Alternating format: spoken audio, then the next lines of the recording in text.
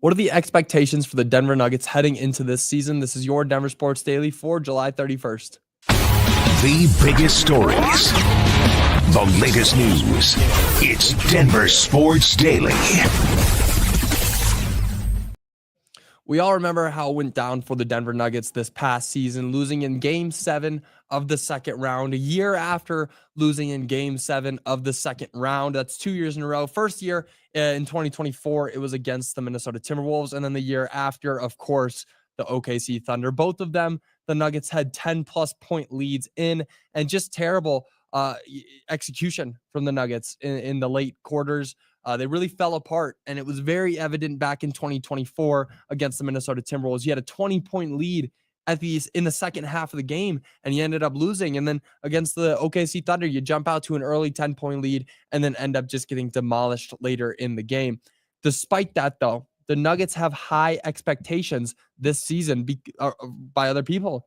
ESPN ranked the midsummer power rankings. They had their midsummer power rankings come out, and the Nuggets came in third place behind the OKC Thunder and Houston Rockets. Behind the Nuggets was the Cleveland Cavaliers and New York Knicks. So the top three teams, what's interesting about that, the top three teams are all Western Conference teams. The West is going to be tough this season. And not only that, but the OKC Thunder and Denver Nuggets are in the same division. So you've got two of the top three teams in the same division, and then all three of the top three are in the Western Conference. It's going to be a tough battle for the Denver Nuggets in this conference this year. Now, despite that, though, despite how tough it's going to be, the Nuggets have cleared the air. You know, there was a lot of uncertainty last season, especially around the head coach and the front office, because we all know that 3 games before the season ended, the Nuggets head coach, Mike Malone, was fired. Alongside Calvin Booth, the front office, the GM, both fired. So now they've got David Ottoman as their head coach. That's clear. He brought the best team, the championship winning team, the OKC Thunder, to Game 7. It was great what David Ottoman did. And of course, he should be the head coach. And then you get the front office and Ben Tenzer and John Wallace, who are splitting an unconventional kind of GM role. And then not only that, but they made a splash in free agency, trading MPJ for Cam Johnson right away. Later, they traded Dario Saric for Jonas Valanciunas, and there was a whole problem with that about him maybe going to play in Greece, but he ended up confirming that he will be a Denver Nugget next season. And then on top of those two trades, you signed Bruce Brown and you signed Tim Hardaway Jr., and now you also have Deron Holmes back. This team has grown so much this offseason. The expectation should be championship. I mean, you got a championship already, 2023. Why can't you go out and do it again? The window is as wide open as it's ever been, and I really do believe that this is a better built team than the 2023 championship squad. I mean, the main pieces of that team that aren't on this team are KCP and Reggie Jackson. Those guys aren't here. But you got Bruce Brown back. You got Jonas Valanciunas, a true backup center. You got Cam Johnson, a more reliable 3-and-D wing than Michael Porter Jr. And maybe 3-and-D isn't the right way to say it, but a 3-point shooter, a spot-up shooter like Cam Johnson is much more efficient than Michael Porter Jr. And then you got Tim Hardaway Jr., who's also a great 3-point shooter, kind of plays a very similar role to KCP. And you got Deron Holmes. You got your rookie. This is a well-built squad. And if they go out there and compete at the level of intensity that they were able to compete at against the OKC Thunder, they will be able to beat them this year. It's a great team this season, and they deserve that top 3 in the power rankings. Now, moving on, Bo Nix told NFL Network that expectations are higher for this season, and of course they are. Now, Bo Nix joined Ian Rappaport and Colleen Wolfe to talk about the expectations for this team and where they're looking heading into this next season. Now, Bo has high hopes for this team, saying, quote, "The expectations are definitely higher, but we like that. That means you're a good football team.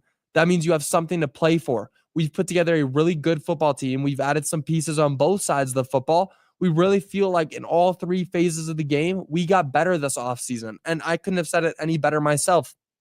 They've gotten so much better. You know, you look at the improvements that they've made, they've improved tenfold. You know, some of the big names that the Broncos have added this offseason are Dre Greenlaw, Talanoa Ufanga, Evan Ingram, J.K. Dobbins, and then you got the rookies, Jahdae Barron and R.J. Harvey. That's a great squad, no matter what. I mean, those just those additions. And then you're talking about just the defensive additions, Dre Greenlaw, Talanoa Hufanga, and then Jahdae Barron. Those guys added to what was already arguably the best defense in the league last season. I would be terrified. I couldn't go to sleep if I was an opposing quarterback. If I was a quarterback and I was playing the Broncos this season, I would be terrified to go up against this whole entire unit. And then you look at the offense, you got 2 running backs now in J.K. Dobbins and R.J. Harvey, and then you got a real actual tight end, somebody who actually knows how to play the position. Yeah, they're going to be good. Expectations are high. I mean, the expectation could be Super Bowl for this team. I've been open about that. I've said I really do believe that this team could win a Super Bowl this season. Now, it'll be hard.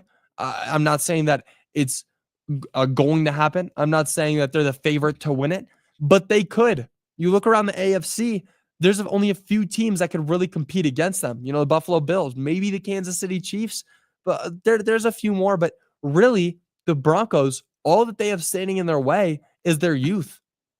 Give them a few more years. Let him go to the playoffs again. Bo Nix has that taste of blood in his mouth. He smelled blood in the water. He knows that he can go to the playoffs, and now he knows he can win in the playoffs. It'll definitely be fun to see where the Broncos end up this season. Now, moving on, I talked about this a couple days ago about Pat Surtain and Madden. And if you don't really know what the 99 Club is, it is the best of the best. The players who make the 99 Club are few. And it's basically, you know, you're ranked at 99. You're in the highest grade you can get in Madden. And you'd think that Pat Surtain should have made the list, but he didn't. Now, Madden released their players who made the 99 Club. And again, Patrick Surtain did not make the list, but the players who did end up making it were Saquon Barkley, Lamar Jackson, Josh Allen, Lane Johnson, Jamar Chase, Justin Jefferson, and the only defensive player, Myles Garrett. So how does Myles Garrett make it above the defensive player of the year? Make that make sense? It doesn't. It doesn't make sense. And I said it a couple shows ago that if you win one of those awards, the MVP, Offensive Player of the Year, Defensive Player of the Year, you should be in the 99 Club no matter what. I mean, the MVP and the OPOY both made it. Josh Allen and Saquon Barkley, they both made it. Why doesn't Patrick Surtain make it? What did Myles Garrett do last season better than Patrick Surtain? He wasn't a DPOY. Myles Garrett had a great season. He's a great player. But is he better than Patrick Surtain? I mean, they're two different positions. It's hard to kind of tell, but you shouldn't have made it into the 99 Club over Patrick Surtain. And Surtain let Madden know just how he feels, saying, quote, I just feel like, what else do I have to do at this point? But it adds a little bit more motivation and a chip to my shoulder. Madden, I'm coming after you. Wow. Hey, Patrick Surtain, let him know how he feels. Throwing some shade at Madden. Hey, I'm coming after you. I got a chip on my shoulder now. Let me show you why I should be in the 99 Club. Another DPOY year coming for Patrick Surtain. I would not be surprised. I wouldn't be surprised at all if Patrick Surtain goes out there and wins the Defensive Player of the Year for the second consecutive year in a row. But that'll do it for your Denver Sports Daily. I'll be back with you guys again tomorrow. Of course, training camp, more interviews coming out, more players talking about what they're seeing from this team this season. It's the best time of year, really. I mean, what more can you ask for? Football is right around the corner. In fact, the Hall of Fame game, I believe, is tonight. I don't know if I'm right on that, but I believe that the Hall of Fame game is tonight. But that'll do it for your Denver Sports Daily. I will see you all tomorrow. Until then, y'all have a great rest of your day. Bye, y'all.